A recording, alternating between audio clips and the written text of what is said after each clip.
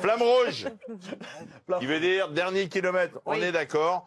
Alors, il y a plusieurs choses qui vont interpeller. La première chose, on a parlé du collectif, hein, de la formation Lidl Trek. Elle était là au rendez-vous avec encore deux équipiers, Stuyven et Edward Tuns, pour Jonathan Milan. Et là, on se dit, mais il est où? Mais il est où, Tim Merlier? Il n'est pas du tout dans la roue. Il doit être dans la roue de ses équipiers, Tim Merlier. Bah, pas du tout.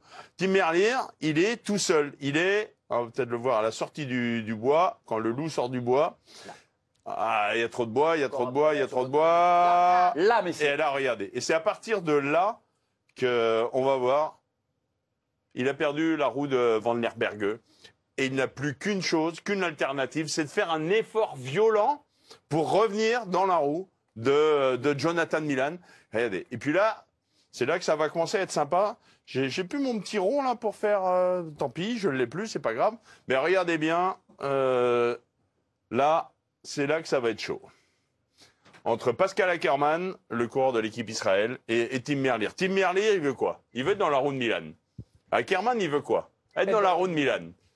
Ben, il n'y a pas de la place pour tout le monde. Donc ça va être un petit peu chaud, ça va être propre. Puis derrière, ça se bat aussi entre Kesbol et là, bon, le patron, c'est Tim Merlier qui écarte un peu les coudes. Et puis je vais revenir aussi sur, j'ai vu ça aussi, parce qu'il était où, Caden Groves? On les avait complètement perdus à 2 km de l'arrivée. Eh bien, regardez, Caden Groves, il est là. Dans la roue de qui? D'un coureur qui est tout seul de son équipe, un petit maillot jaune, là, qui s'appelle Mathieu Van Der Poel.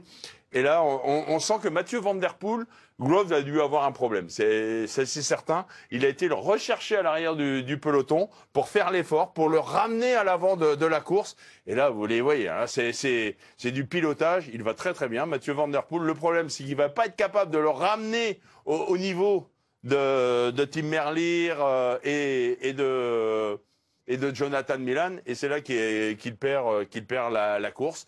Puis derrière, on va avoir une belle explication hein, entre les deux grands favoris du jour, Tim Merlier et Jonathan Milan. Pendant ce temps-là, on va peut-être voir un petit coup d'œil. Je pense que ça va tomber par là. Je pense. C'est juste là, ouais. Ça doit être là. Oh, voilà. Alors, que s'est-il passé? Bon, il n'y a pas la place. On a du Van Poppel.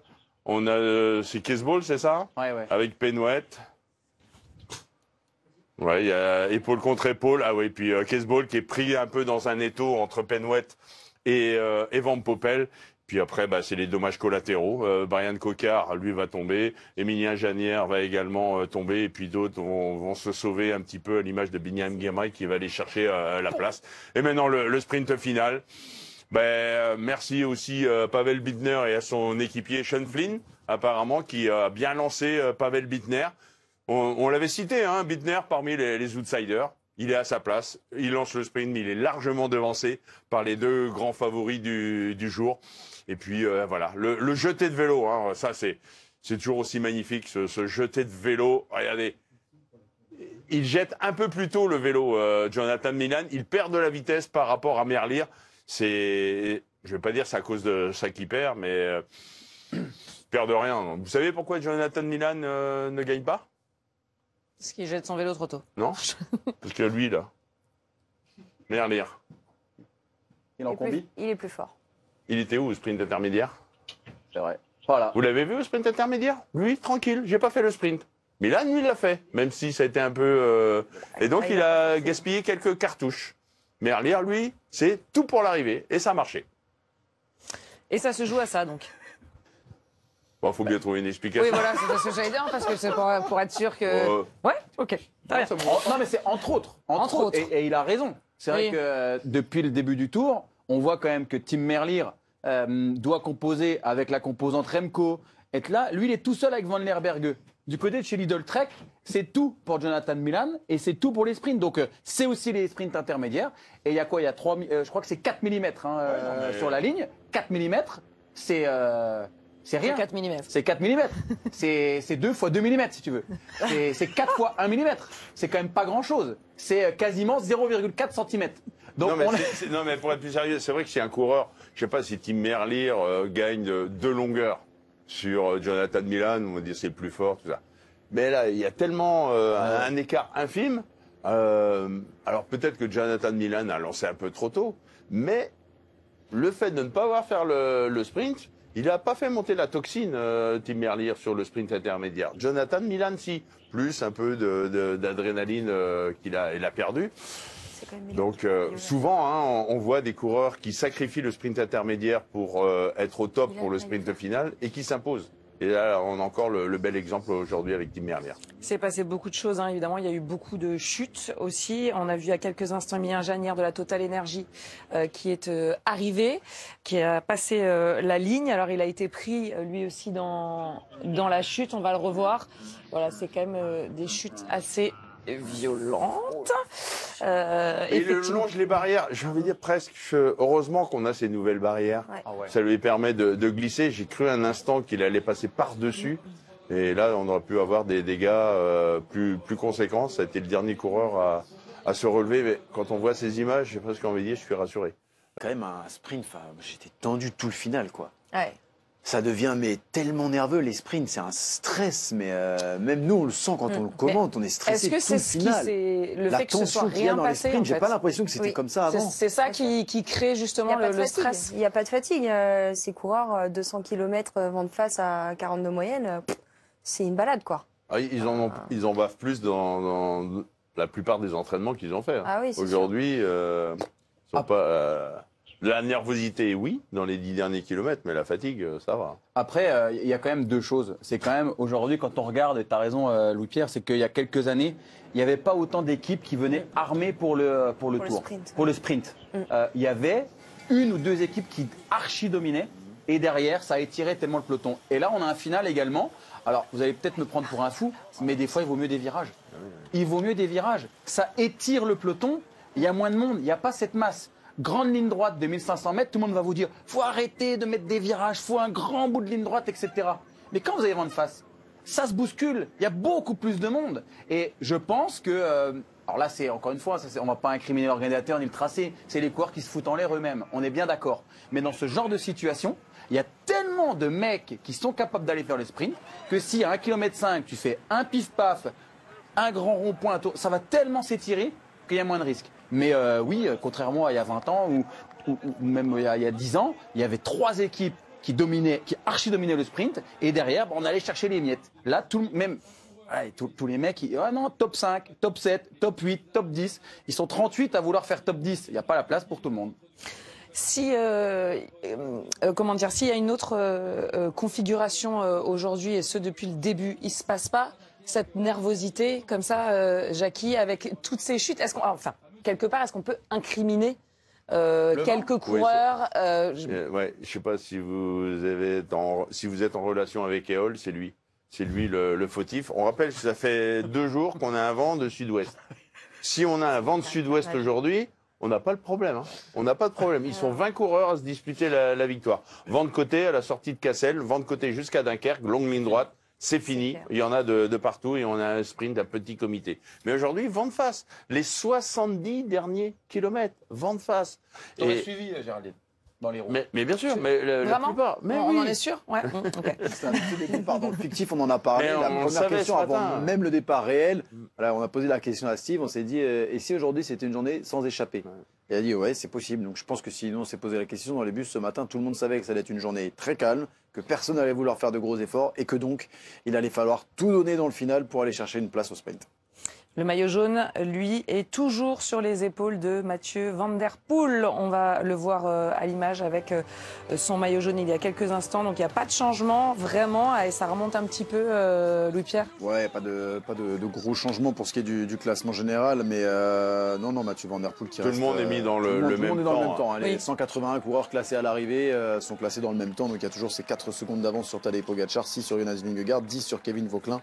Les seuls changements sont un petit peu plus loin puisque Jasper Philipsen sort du top 10 suite à son abandon, donc il y a quelques coureurs qui entrent dans le top 10, mais bon, il n'y a rien de notable aujourd'hui, juste le travail de Mathieu Van Der Poel, parce que Jackie le dit dans le final, il dit qu'il doit y avoir un problème pour Caden Groves, et c'est vrai qu'on les voit tous se regarder et reculer, et à un moment donné, il faudra regarder le final, je ne sais plus si c'est à 700-600 mètres, et on voit sur la droite de la route, il y a Mathieu Van Der Poel qui remonte, qui slalome avec Caden Groves dans sa roue, et il ne peut pas le replacer comme il aurait souhaité le faire certainement.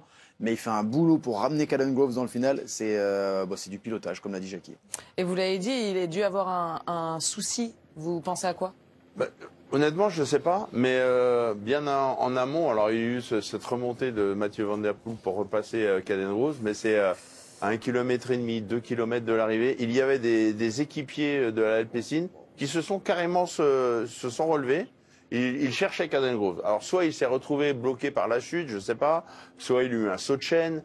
Il n'a pas crevé parce qu'il était bel et bien là dans l'emballage final.